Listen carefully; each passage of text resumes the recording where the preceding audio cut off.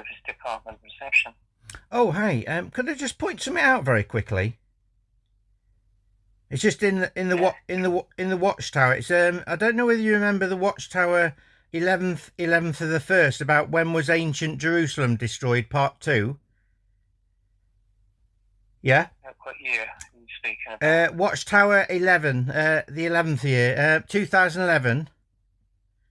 11 of the first, it says, since the Bible explicitly says that the exile lasted for 70 years, it must have begun in 607 BCE. Right? Now, if you look at Jeremiah 52, verse 28 to 30, it says, these are the people whom Nebuchadnezzar took into exile in the 7th year, 3,023 Jews. And then it goes on about the other years in his 18th year. And then that cross-references Jeremiah 52:28 on jw.org to 2 Kings 24:14, where it says, he took into exile all Jerusalem. He took 10,000 into exile. No one was left behind in the city except the poorest people of the land. Now, my point is, brother, is that it's saying there, the exile lasted for 70 years. It must have begun in 607, but it says all Jerusalem was taken into captivity in Nebuchadnezzar's 7th year, but he destroyed Jerusalem in his 19th year. So the exile actually happened 12 years before, which kind of destroys 607. This is my own work, and nobody else has found this out. Okay, have you spoken? I take it you're a Jehovah's Witness because you just called me brother. I was. Oh, you was. So you're not attending. I'm not. No, not anymore. But what I'm saying is, brother, that's 607. If the actual what's it called? The exile happened 12 years before, then the whole thing kind of falls apart, doesn't it? If you know what I mean. It's not really. Have you spoken about this with your... Nobody's interested, mate, at the end of the day. I mean, the thing is, when you point out anything to Jehovah's Witnesses, it's like, it's called, I don't know whether you heard of cognitive dissonance, but all the barriers go up. Because the thing is, if 607's completely destroyed, the whole religion just falls, and they're not going to let that happen.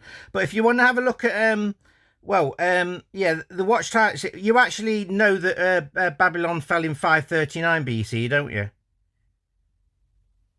Yeah. What I'd encourage you to do is, if you wrote it all down in a letter... No, I've done it before. You don't take any notice. Jeremiah says, right, but when 70 years have been fulfilled, I will call to account the king of Babylon and the nation for their error, declares Jehovah, and I will make the land of Chaldeans a desolate place.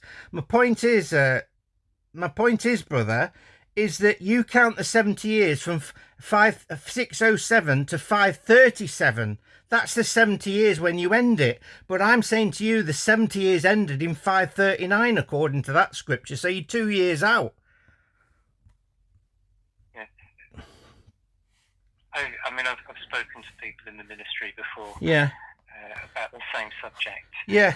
You've obviously done a lot of research. Oh yeah. And this is an interesting one. You know Babylon fell in 539, like I says. Well, in your literature on the CD-ROM, it's got Nabonidus ruled for 17 years. Labashi Marduk was assassinated, say 1 year, plus Neriglissar 4 years. So, and then evil Merodach ruled for 2 years, and then Nebuchadnezzar ruled for 43 years. So from 539, those 5 kings, right, there's no extra kings according to the list, the king's list. That takes you to 609 BCE. Now, to work out when Jerusalem fell, it fell, 2 Kings 25, 8 and 9 says that Nebuchadnezzar, the servant of the Lord of Babylon, Jerusalem, proceeded to burn the house of Jehovah in his 19th year.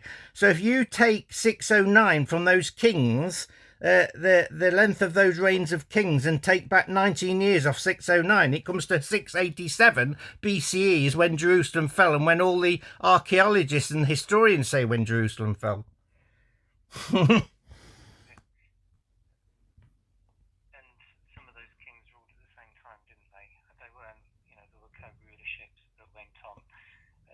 Time as well.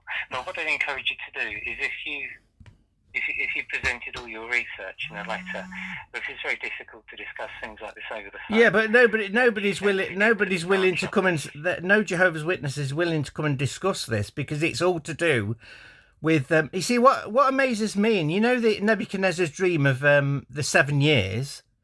I don't know whether you're you know the 7 times. I don't know whether you're aware of the Aramaic word. It's idden, which it can mean year. I'm not saying it doesn't, but it can mean period of time. So you take 2,500 years, 2,000, compare, it's 2,520 days, make it into a year, a day for a year.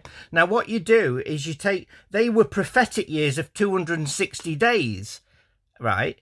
Now, how can you then transfer it into the Gregorian calendar as 265 solar years? You get what I mean? Does that make sense?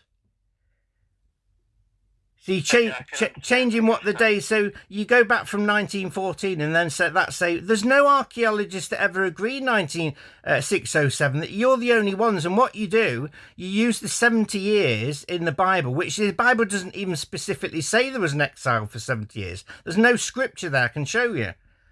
But anyway, brother, I'll just let you know what's happened. You know this blood moon that's coming up on the 14th of March? Yeah? We know, okay. You know Revelation chapter 6 verse 12, when it says there'll be a great earthquake, the sun will be darkened as sackcloth and the moon will turn to blood. Well, the earthquake happened on the 1st of January 2024 and was actually mentioned by David Splane on the JW.org website on their, I think it was a update, governing body update number 1. And what happened after that earthquake, right, in Honshu, Japan, basically there was an earthquake in where Astoria in New York, which was about 10 miles away from where world headquarters was at, right? So there was an earthquake, 1.7. Now the moon, the sun turning as black as sackcloth was the 8th of April solar eclipse across North America that clipped the Canada branch, right? And it actually, there's 2 Elijahs in the in the world, 2 places, one in Missouri, one in Pennsylvania, Watchtower Bible and Tract of Pennsylvania, and it crossed right over those 2, right? Now, Malachi chapter 4 verse 5, it says, I will send my prophet Elijah before the great and fear-inspiring day of the Jehovah. Do you know that scripture? Yes. Well, I'm actually Elijah. This is why I have divine knowledge, like I've shown you, brother. Right, I am here. In fact, Acts says that Moses said, I will raise up from among your brothers a prophet, and you must listen to him. Right now, the moon turning to blood is the 14th of March. Right, coming up across North America again. It's an actual warning sign to the Watchtower. I'm sorry, brother, to bring this, but Elijah. Do you remember what Elijah did to the Baal worshippers? Right.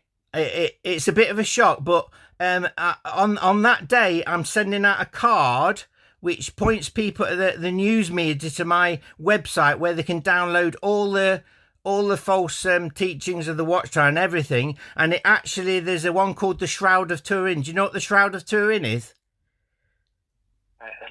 It's the actual burial cloth of Jesus. And what can I just say this? And what this does, this link to my website, it proves that my son Joshua is Jesus Christ in the flesh, comparing his face to the Shroud of Turin. So if my son is Jesus Christ, who does that make me, brother? Or is it impossible for God to come down to earth to set up a kingdom for everybody to see? Not an invisible God with an invisible Jesus with an invisible kingdom nonsense. Brother, I am Jehovah God Almighty. Brother, I am Jehovah God Almighty. I have 200 gigabytes of evidence, brother. Brother. There we go again. They can't stand the truth, can they? Oh, well, there we go. Upload to YouTube. Enjoy this, ex-Jehovah's Witnesses. Watchtower go down on the 3rd of August, 2025.